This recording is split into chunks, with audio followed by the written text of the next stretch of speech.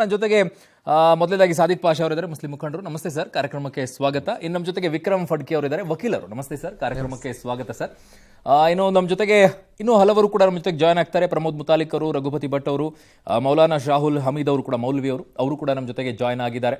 ನಮ್ಮ ಜೊತೆಗೆ ಜಾಯ್ನ್ ಆಗಿದ್ದಾರೆ. ನಮಸ್ತೆ, ನಿಮಗೂ ಕೂಡ ಕಾರ್ಯಕ್ರಮಕ್ಕೆ ಸ್ವಾಗತ. ಪ್ರಮೋದ್ ಮುತಾಲಿಕ್ ಅವರೇ, ನಿಮಗೂ ಕೂಡ ಕಾರ್ಯಕ್ರಮಕ್ಕೆ ಸ್ವಾಗತ. ರಘುಪತಿ ಭಟ್ರು ಕೂಡ ಜಾಯ್ನ್ ಆಗಿದ್ದಾರೆ, ನಿಮಗೂ ಕೂಡ ಕಾರ್ಯಕ್ರಮಕ್ಕೆ ಸ್ವಾಗತ. ಮೊದಲನೇದಾಗಿ ನಾನು ಕೇಳಬೇಕಾಗಿರುವಂಥದ್ದು, ರಘುಪತಿ ಭಟ್ರೆ, ನಿಮ್ಮ ಕ್ಷೇತ್ರದಿಂದನೇ ಶುರುವಾಗಿರೋದ್ರಿಂದ ನಿಮ್ಮಿಂದನೇ ಆರಂಭ ಮಾಡಿ ಪ್ಲೀಸ್. ಮೊದಲನೇದಾಗಿ ನಿಮ್ಮ ಓಪನಿಂಗ್ ಕಮೆಂಟ್ ಅನ್ನ ತಗೊಳಕ್ ಬಯಸ್ತೀನಿ ಪ್ಲೀಸ್, ರಘುಪತಿ ಭಟ್ರೆ. ನೋಡಿ, ಇವತ್ತು ನಾವು ಕೋರ್ಟ್ ಆದೇಶ ಬಂದ ಮೇಲೆ ಇದು ಜಯ ಸೋಲು ಅಂತ ಹೇಳುವಂತಹದ್ದನ್ನ ವಿಶ್ಲೇಷಣೆ ಮಾಡೋದು ಬೇಡ. ಹೆಣ್ಣು ಮಕ್ಕಳ ಶಿಕ್ಷಣ ಮುಖ್ಯ ಅಂತ ಹೇಳುವ ಕಾರಣಕ್ಕೋಸ್ಕರ ಆ 6 ಮಕ್ಕಳು ನಾಳೆಯಿಂದಲೇ ಕಾಲೇಜಿಗೆ ಬನ್ನಿ, ನಿಮಗೆ ಯಾವುದೇ ಭೇದ ಭಾವ ಇಲ್ಲದೆ ನಾವು ಕಾಲೇಜಲ್ಲಿ ನಡೆಸ್ಕೊಳ್ತೇವೆ, ನಿಮಗೆ ಒಳ್ಳೆ ಎಜುಕೇಷನ್ ಕೊಡುವ ಸಿಸ್ಟಮ್ ಮಾಡ್ತೇವೆ ಅಂತ ನಾನು ಸಾರ್ವಜನಿಕವಾಗಿ ಹೇಳಿದ ಮೇಲೂ ಇವತ್ತು ಆ ಮಕ್ಕಳು ಪತ್ರಿಕಾಗೋಷ್ಠಿ ಮಾಡಿದ್ದನ್ನು ನಾನು ನೋಡಿದೆ, ಭಾಳ ಬೇಸರ ಆಯಿತು. ಆ ಮಕ್ಕಳು ನಾನು ಹಿಜಾಬ್ ಹಾಕದೆ ನಾನು ಕ್ಲಾಸ್ಗೆ ಬರಲ್ಲ ಅಂತಾರೆ. ನಾವು ಕೋರ್ಟ್ಗೆ ಇವರು ಹಿಜಾಬ್ ತೆಗೆದಿಟ್ಟು ಕ್ಲಾಸ್ ರೂಮಲ್ಲಿ 1.5 ವರ್ಷ ಬಂದ ದಾಖಲೆಯನ್ನು ಕೊಟ್ಟಿದ್ದೇವೆ, ನಮ್ಮ ಹತ್ರ ಇದೆ. ಅದು ಇದೇ ಮಕ್ಕಳು ಹಿಜಾಬ್ ತೆಗೆದಿಟ್ಟು ಹೋಗಿದ್ದಾರೆ. ಈಗಿನ 1 ತಿಂಗಳು ಅವರಿಗೆ ಕ್ಲಾಸಲ್ಲಿ ಬಂದು ಅವರ ಎಜುಕೇಷನ್ ಕಂಪ್ಲೀಟ್ ಮಾಡಲಿಕ್ಕೆ ಏನು ತೊಂದರೆ ಆಗ್ತದೆ? ಅವರಿಗೆ ಇದು ಎಜುಕೇಷನೇ ಮುಖ್ಯ ಆಗಿದ್ದರೆ ಇನ್ನು 1 ತಿಂಗಳು ಬರುವ ವರ್ಷ ಅವರಿಗೆ ಎಲ್ಲಿ ಹಿಜಾಬ್ ಹಾಕಲಿಕ್ಕೆ ಅವಕಾಶ ಕೊಡ್ತದೆ ಆ ಕಾಲೇಜಿಗೆ ಹೋಗಲಿ. ಈಗ ಹೈಕೋರ್ಟ್ ಆದೇಶವನ್ನು ಯಾವುದೋ ಪ್ರಭಾವದಲ್ಲಿ ಮಾಡ್ತಾ ಇದ್ದಾರೆ ಅಂತ ಹೇಳುವಂಥ ಮಟ್ಟಕ್ಕೆ ಆ ಮಕ್ಕಳು ಹೋದರೆ ಇದು ಅವರಿಂದ ಯಾರಿದನ್ನು ಮಾಡಿಸ್ತಾ ಇದ್ದಾರೆ ಅಂತ ಹೇಳುವಂಥದ್ದು ಗೊತ್ತಾಗ್ತದೆ. ಹಾಗಾಗಿ ಇದು ನಾವೇನೋ ಆ ಮಕ್ಕಳು ಇನ್ನಾದರೂ ಬುದ್ಧಿ ಸರಿಯಾಗಿ ಬರ್ತಾರೆ ಅಂತ ಯೋಚನೆ ಮಾಡಿತ್ತು. ಆದರೆ ಇವತ್ತು ಅವರ ಪತ್ರಿಕಾಗೋಷ್ಠಿ ನೋಡಿ ನನಗೆ ಅತ್ಯಂತ ಆಶ್ಚರ್ಯ ಮತ್ತು ಭಾಳ ಬೇಸರ ಆಯಿತು. ಮೌಲಾನಾ ಶಾಹುಲ್ ಹಮೀದ್ ಅವರೇ, ತಾವು ಮೌಲ್ವಿ ಶಾಫಿ ಮಸೀದ್ RML ನಗರ, ಸೊ ಕರೆಕ್ಟು? ಮೌಲಾನಾ ಶಾಹುಲ್ ಹಮೀದ್ ಅವರು, ನಿಮ್ಮ ಮೊದಲನೇದಾಗಿರುವಂಥ ಉತ್ತರವನ್ನು ಪಡೆಯಕ್ಕೆ ಬಯಸ್ತೀನಿ ಇವತ್ತಿನ ಬೆಳವಣಿಗೆ.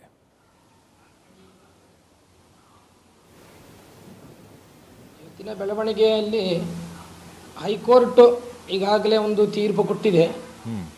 ನಾವು ಹೈಕೋರ್ಟಿನ ಬಗ್ಗೆ, ಅಲ್ಲಿ ನ್ಯಾಯಾಧೀಶರ ಬಗ್ಗೆ ನಮಗೆ ಯಾವುದೇ ರೀತಿಯ ಒಂದು ಅಗೌರವ ಇಲ್ಲ, ಅದನ್ನು ನಾವು ಗೌರವಯುತವಾಗಿ ಸ್ವೀಕರಿಸ್ತೇವೆ. ಆದರೆ ಅಲ್ಲಿ ಬಂದಿರುವಂಥ ವಿಷಯ ಶಾಲಾ ಕಾಲೇಜುಗಳಲ್ಲಿ ಸಮವಸ್ತ್ರ ಧರಿಸಬಹುದಾ ಎನ್ನುವಂಥ ವಿಷಯ ಆಗಿತ್ತು. ಅಲ್ಲಿ ಧರಿಸಬಹುದಾ ಧರಿಸಬಾರದಾ ಎನ್ನುವಂಥ ಚರ್ಚೆಯಲ್ಲಿ ಹೈಕೋರ್ಟ್ನ ಮೆಟ್ಟಲೇ ರೀತಿ ಪ್ರಕರಣ ಅದೇ ಹಿಜಾಬ್ ಹಾಕುವಂಥ ವಿಷಯದಲ್ಲಿ ಆ ಚರ್ಚೆ ಆಗಿ ಹೈಕೋರ್ಟ್ ಮೆಟ್ಟಲು ಏರಿತ್ತು. ಆದರೆ ಇಲ್ಲಿ ತೀರ್ಪು ನೋಡುವಾಗ ನಮಗೆ ಆಶ್ಚರ್ಯ ಆಗ್ತಾ ಇದೆ. ಆ ವಿಷಯವನ್ನು ಬದಿಗಿಟ್ಟು ಇಸ್ಲಾಮಿನಲ್ಲಿ ಹಿಜಾಬ್ ಎನ್ನುವುದು ಮುಖ್ಯ ಭಾಗವೇ ಅಲ್ಲ ಎನ್ನುವಂತಹ ಒಂದು ತೀರ್ಪು ನೋಡುವಾಗ ನಮಗೆ ಆಶ್ಚರ್ಯ ಆಗ್ತಾ ಇದೆ. ಇಸ್ಲಾಮಿನಲ್ಲಿ ಹಿಜಾಬ್ ಮುಖ್ಯ ಪಾತ್ರ ಹೌದೋ ಅಲ್ವೋ ಅನ್ನೋ ಚರ್ಚೆ ಅಲ್ಲ ಅಲ್ಲಿ ನಡೆದಿರುವುದು.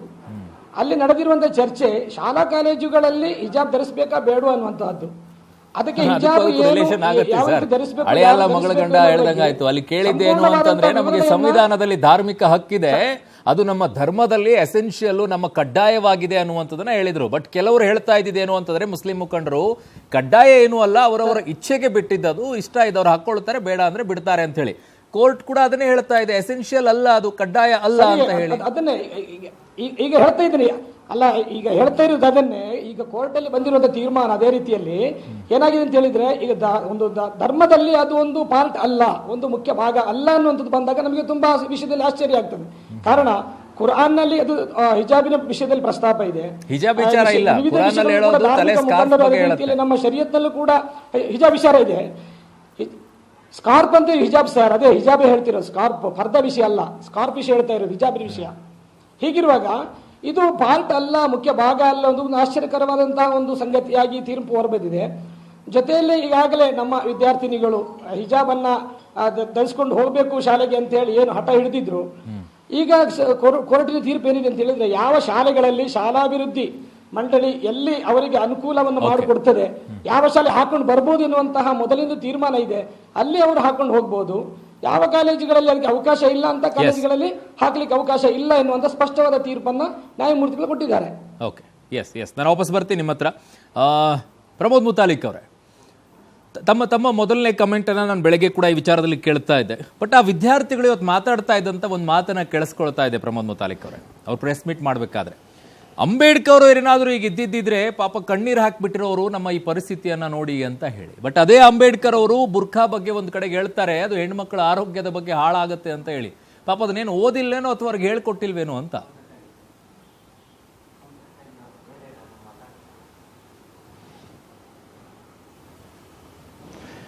ನೋಡಿ, ಇದರಲ್ಲಿ ಕೋರ್ಟ್ ಬಹಳ ಚೆನ್ನಾಗಿ ಒಂದೊಂದಾಗಿ ಬಿಡಿಬಿಡಿಸಿ ಹೇಳಿದೆ ಅನ್ನುವಂಥದ್ದು ಸ್ಪಷ್ಟವಾಗಿದೆ. ಈಗ ನೀವು ಅದನ್ನು ಉಲ್ಲೇಖವನ್ನು ಮಾಡಿದ್ರಿ.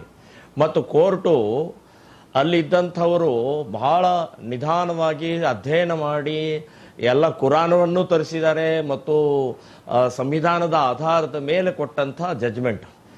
CFI ಅಧ್ಯಕ್ಷ, ರಾಷ್ಟ್ರೀಯ ಅಧ್ಯಕ್ಷ ಒಂದು ಪ್ರೆಸ್ ಮೀಟ್ನಲ್ಲಿ ಹೇಳ್ತಾರೆ, ಅಸಂವಿಧಾನಿಕ ಶಬ್ದವನ್ನು ಬಳಸ್ತಾರೆ.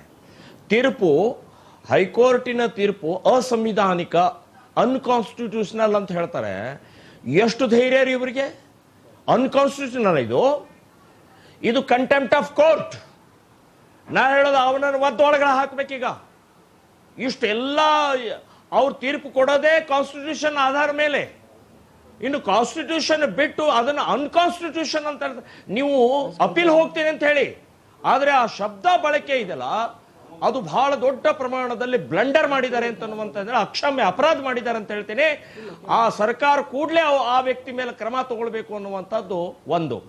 ಇನ್ನು ಈ ವಿದ್ಯಾರ್ಥಿನಿಯರು ಇವರ ಬಾಯಿಂದ ಬರ್ತಾ ಇಲ್ಲ, ಇವರ ಹಿಂದೆ ಇರುವಂತ ಈ CFI PFI ಕೆಲಸ ಮಾಡ್ತಾ ಇದೆ ಅಂತನ್ನುವಂಥದ್ದು ಬಹಳ ಸ್ಪಷ್ಟವಾಗಿದೆ. ಈಗ ಬೆಳಗ್ಗೆಯಿಂದ ಅಂದ್ರೆ ತೀರ್ಪು ಬರೋಕ್ಕಿಂತ ಮುಂಚೆಯಿಂದನೇ ರಘುಪತಿ ಭಟ್ ಅವರು ಬಹಳ ಚೆನ್ನಾಗಿ ಹೇಳ್ತಾ ಇದ್ದಾರೆ. ತೀರ್ಪು ಏನೇ ಬರಲಿ, ಯಾವುದೇ ಬರಲಿ, ಅದನ್ನು ನಾವು ಸಹರ್ಷದಿಂದ ಸ್ವೀಕಾರ ಮಾಡ್ಕೊಳ್ತೀವಿ ಅನ್ನುವಂಥದ್ದನ್ನು ಒಂದನ್ನು ಹೇಳಿದ್ದಾರೆ. ಎರಡನೇದು, ತೀರ್ಪು ಬಂದ ನಂತರ ಇಷ್ಟು ಚೆನ್ನಾಗಿ ಅವರು ಹೇಳಿದ್ರು, ಈಗಲೂ ಅದನ್ನು ಉಲ್ಲೇಖ ಮಾಡಿದ್ರು, ಆ 6 ಜನರಿಗೆ ಸುರಕ್ಷತೆ ಕೊಡ್ತೀವಿ, 6 ಜನರಿಗೆ ಸ್ಪೆಷಲ್ ನಾವು ವಿಶೇಷವಾದಂಥ ಅವರಿಗೆ ಟೀಚಿಂಗ್ ಕೊಡ್ತೀವಿ, ಅವ್ರಿಗೆ ಯಾವ್ಯಾವ್ದು ಲಾಸ್ ಆಗಿದೆ ಅದನ್ನೆಲ್ಲವನ್ನೂ ಕೊಡ್ತೀವಿ, ಮತ್ತು ಅಲ್ಲಿ ಯಾವುದೇ ರೀತಿ ಯಾರಿಂದನೂ ತೊಂದರೆ ಆಗದೆ ಇರೋ ಹಾಗೆ ನೋಡ್ಕೊಳ್ತೀವಿ ಅಂತನ್ನುವಂಥ, ಇದಕ್ಕಿಂತ ಹೆಚ್ಚಿಂದ ಏನು ಹೇಳ್ಬೇಕ್ರಿ ಇವರಿಗೆ? ಸೊ ಮತ್ತು ಬಹಳ ಸ್ಪಷ್ಟವಾಗಿ ಹೇಳಿದ್ದಾರೆ, ವರ್ಷಗಟ್ಟಲೆ ಅವರು ಹಿಜಾಬ್ ಇಲ್ಲದೆ ಒಳಗಡೆ ಕೂತಿದ್ದನ್ನ ಆಧಾರ ಸಹಿತ ನಾವು ಕೊಟ್ಟಿದ್ದೀವಿ, ಕೋರ್ಟಿಗೆ ಒಪ್ಪಿಸಿದೀವಿ, ಗೃಹ ಮಂತ್ರಿಗೆ ಒಪ್ಪಿಸಿದೀವಿ ಅಂತ ಹೇಳಿದ್ದಾರೆ. ಇವ್ರು ಹೇಳ್ತಾ ಇರೋದು ಸುಳ್ಳು, ಹಸಿ ಸುಳ್ಳನ್ನು ಹೇಳ್ತಾ ಇದ್ದಾರೆ. ವಿದ್ಯಾರ್ಥಿನಿಯರು ನಾವು ಹಿಜಾಬ್ ಹಾಕೊಂಡು ಹೋಗ್ತಾ ಇದ್ದೀವಿ ಅಂತನ್ನುವಂಥದ್ದು ಸುಳ್ಳು ಹೇಳ್ತಾ ಇದ್ದಾರೆ.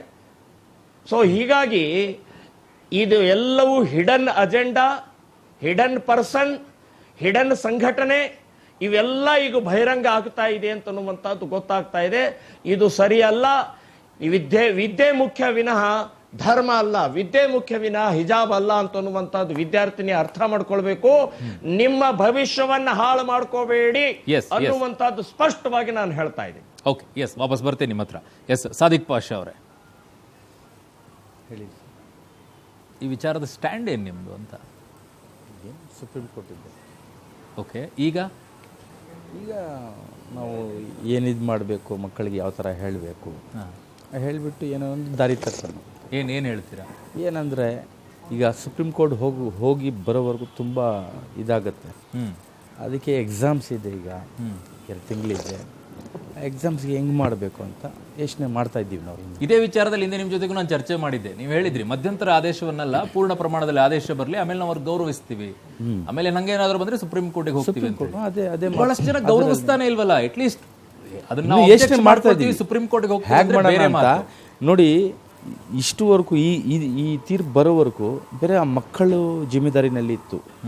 ಈಗ ನಾವೆಲ್ಲ ಯೋಚನೆ ಮಾಡಬೇಕು, ಹೆಂಗೆ ಮಾಡಬೇಕು, ಈ ಮಕ್ಕಳದು ಇದು ಎಜುಕೇಷನ್ಗೆ ಹೆಂಗೆ ಮಾಡಬೇಕು, ಎಕ್ಸಾಮ್ಗೆ ಹೆಂಗೆ ಮಾಡಬೇಕು ಅಂತ ನಾವೆಲ್ಲ ಈಗ ಕೂತ್ಕೊಂಡು ಈ ಕೋರ್ಟ್ ತೀರ್ಪು ಬಂದಿದೆ ಅಲ್ಲ, ಅದಕ್ಕೆ ಹೇಗೆ ನಾವು ಇದು ಮಾಡಬೇಕು ಅಂತ ಇನ್ನು ಯೋಚನೆ ಮಾಡಬೇಕು. ಇವತ್ತನ ಬೆಳಗ್ಗೆ ತಾನೇ ಬಂದಿದೆ. ಹೇಳಿ ಅವರಿಗೆ ಮೊದಲು ಹೋಗಿ ಎಕ್ಸಾಮ್ ಬರೀರಿ ಅಂತ ಬಾಯ್ ಬಿಟ್ಟು ಹೇಳಿ, ಅದು ಯಾಕೆ ಹಿಂದೇಟ್ ಹಾಕ್ತೀರಾ? ಯಾವ ಥರ ಮಾಡಬೇಕು, ಹೆಂಗೆ ಮಾಡಬೇಕು ಅಂತ ಹೇಳಬೇಕು. ಈಗ ಇನ್ನು ಅಲ್ಲ ಸರ್, ಈಗ ಹೇಳಿರುವಂಥದ್ದೇನು, ಹಿಜಾಬ್ಗೆ ಅವಕಾಶ ಇಲ್ಲ, ನಿಮ್ ಕಷ್ಟ ಏನು ಅಂತ? ಹಿಜಾಬ್ ತೆಗೆದು ಎಕ್ಸಾಮ್ ಬರೋದು ಆಮೇಲೆ ಹಾಕೊಂಡು ಬನ್ನಿ ಅನ್ನೋಕೆ ಏನು ಕಷ್ಟ ಸರ್? ಈಗ ನೋಡಿ, ಮಾತು ಕಷ್ಟ ಏನು, ಇದು ಏನು, ಅದು ಏನು ಹೇಳ್ತಾ ಇದ್ದೀರಲ್ಲ. ಈಗ ಎಲ್ಲ ನಮ್ಮ ಜೀವನ ಎಲ್ಲ ಇದರಲ್ಲಿ ಇಸ್ಲಾಮು ಏನೇನು ಇದಿದೆ ಅದರಿಂದ ನಡೀತಾ ಇದ್ದೀವಿ.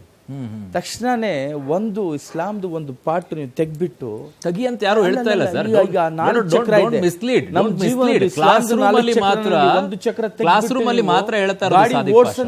ಓಡಿಸಿ ಅಂದ್ರೆ ಎಲ್ಲಿಂದ Totally you are ಓಡಿಸಿ misleading. No, no, no, I'm sorry. ಹೇಳಿ ನೀವು. You are totally ಎಲ್ಲಿಂದ misleading. ಓಡಿಸೋದು I'm sorry, ಗಾಡಿ? ಸಾದಿಕ್ ಪಾಷಾ. ಹೆಂಗ್ ಹೋಗುತ್ತೆ? ಮಿಸ್ಲೀಡ್ ಮಾಡಬೇಡಿ. ಅದು ಕ್ಲಾಸ್ ರೂಮ್ ಅಲ್ಲಿ ಮಾತ್ರ ಇದೆ. ಕ್ಲಾಸ್ ರೂಮ್ ಅಲ್ಲಿ ಮಾತ್ರ ಇದೆ. ಎಸ್ ವಿಕ್ರಮ್ ಫಡ್ಕೆ ಅವರೇ, ವಕೀಲರಾಗಿ ಈಗ ಹಲವು ವಿಚಾರಗಳು ಅಬ್ಜೆಕ್ಷನೇಬಲ್ ಆಗಿದ್ದಂಗಿದೆ. ಕಂಟೆಂಪ್ಟ್ ಆಫ್ ಕೋರ್ಟ್ ಅನ್ನೋ ರೀತಿಯಲ್ಲಿ ಒಂದಿಷ್ಟು ಪ್ರಶ್ನೆಗಳನ್ನ ಎತ್ತೋ ಮಟ್ಟಕ್ಕೆ ಬಂದು ತಲುಪ್ತಾ ಇದೆ. ಸೊ ವಕೀಲರಾಗಿ ತಾವೇನು ಹೇಳಕ್ ಬಯಸ್ತೀರಾ? ನೋಡಿ, ಇದರೊಳಗೆ 3 ವಿಚಾರ ನಾನು ಹೇಳಕ್ಕೆ ಇಷ್ಟಪಡ್ತೀನಿ. ಮೊದಲನೇದು ನೀವು ಕಂಟೆಂಪ್ಟ್ ಅಂತ ಏನು ಕೇಳಿದ್ರಲ್ಲ, ನೋಡಿ, ಯಾವುದೇ ಕೋರ್ಟಿನ ನಿರ್ಧಾರಕ್ಕೆ ಗೌರವ ಕೊಡಬೇಕಾಗಿರುವಂಥದ್ದು ಪ್ರತಿಯೊಬ್ಬ ಭಾರತೀಯನ ಕರ್ತವ್ಯ. ಮೊದಲನೇದು. ಮುಂದೆ ಅಪೀಲ್ ಹೋಗೋದಕ್ಕೆ ಅವಕಾಶ ಇರುತ್ತೆ, ಕಾನೂನಲ್ಲಿದೆ. ಆದರೆ ಅಪೀಲ್ ಹೋಗಿ ಅದು ವಾಪಸ್ ಇದಾಗೋ ತನಕ ಈ ಜಡ್ಜ್ಮೆಂಟು ಪ್ರೆಷರಿಂದ ಬಂತು, ಈ ಜಡ್ಜ್ಮೆಂಟ್ ಇನ್ನೊಂದು ಇದರಿಂದ ಬಂತು ಅಂತ ಅನ್ನೋದಿದೆಯಲ್ಲ, ಅದು ಕ್ಲಿಯರ್ ಕಂಟೆಂಪ್ಟ್ ಆಫ್ ಕೋರ್ಟ್. ಈಗ ವಿದ್ಯಾರ್ಥಿನಿಯರು ಏನು ಹೇಳಿದ್ರಲ್ಲ, ಇದು ಪ್ರೆಷರ್ ಹಾಕಿ ಅದರಿಂದ ಹಿಂಗೆ ಬಂತು ಅಂತ, ದಟ್ ಕಾನ್ಸ್ಟಿಟ್ಯೂಟ್ಸ್ ಕಂಟೆಂಪ್ಟ್ ಬೇಸಿಕಲಿ. ಯಾಕಂದರೆ ನ್ಯಾಯಾಂಗ ವ್ಯವಸ್ಥೆಯೊಳಗೆ ನಂಬಿಕೆ ಇಡದೇನೆ ಮೋಟಿವ್ಸ್ನ ಅಟ್ರಿಬ್ಯೂಟ್ ಮಾಡಿದರೆ, ಅಂದರೆ ಇಷ್ಟು ಸುದೀರ್ಘವಾಗಿ ಚರ್ಚೆ ಆಗಿ ಅದರೊಳಗೆ ವಿಚಾರ ಮಂಡನೆ ಆಗಿ ಎಲ್ಲರ ಪರವಾಗಿ ಆಮೇಲೆ ಒಂದು ತೀರ್ಪು ಬಂದ ಮೇಲೆ ಇಲ್ಲ ನೀವು ಪ್ರೆಷರಿಂದ ಕೊಟ್ಬಿಟ್ರಿ ಅಂತಂದರೆ ಅದು ಬರೀ ಅಸಮಂಜಸ ಅಷ್ಟೇ ಅಲ್ಲ, ಅದು ಕಂಟೆಂಪ್ಟ್ ಆಗತ್ತೆ ಅನ್ನೋದು ನನ್ನ ವಿಚಾರ. ಮೊದಲನೇದು. ಎರಡನೇದು, ಈಗ ಮೌಲಾನ ಅವರು ಮಾತಾಡ್ತಾ ಹೇಳಿದರು, ಇದು ಹೇಗೆ ಅಲ್ಲಿ ಯೂನಿಫಾರ್ಮ್ ಹಾಕೋಬೇಕೋ ಬೇಡವೋ ಅನ್ನೋದು ಬಿಟ್ಟು ಎಸೆನ್ಷಿಯಲ್ ರಿಲಿಜಿಯಸ್ ಪ್ರಾಕ್ಟೀಸ್ ಹೌದೋ ಅಲ್ವೋ ಅಂತ ಬಂದ್ಬಿಡ್ತಲ್ಲ ವಿಚಾರ ಅಂತ. ಈಗ ನೋಡಿ, ಫಸ್ಟು ಯೂನಿಫಾರ್ಮ್ ಅನ್ನೋದು ಒಂದು ಇಡೋಣ. ಆದರೆ ವಾದ ಮಂಡನೆ ಮಾಡ್ತಾ ಏನು ವಾದ ಮಂಡನೆ ಮಾಡಿದರು, ಇದು ಇಸ್ಲಾಂನಲ್ಲಿ ಎಸೆನ್ಷಿಯಲ್ ರಿಲಿಜಿಯಸ್ ಪ್ರಾಕ್ಟೀಸ್ ಇದೆ, ಆದ್ರಿಂದ ನೀವು ಯೂನಿಫಾರ್ಮ್ ಅಂತ ಇಂಪೋಸ್ ಮಾಡಿ ಹಿಜಾಬ್ನ ತೆಗಿತಾ ಇರೋದು ತಪ್ಪಿದೆ. ನಮ್ಮ ಸಂವೈಧಾನಿಕ ಹಕ್ಕನ್ನು, ಅಂದರೆ ಆರ್ಟಿಕಲ್ 25ನಲ್ಲಿ ರಿಲಿಜಿಯಸ್ ಪ್ರಾಕ್ಟೀಸಸ್ನ ಇದನ್ನು ಮಾಡಿದ್ದಾರೆ, ಪ್ರೊಟೆಕ್ಟ್ ಮಾಡಿದ್ದಾರೆ. So this is a religious practice, not only a religious practice but an essential religious practice ಅಂತ ಹೇಳಿ ವಾದ ಮಂಡನೆ ಆಯಿತು. When court is asked to give an answer to this question, court has to answer it.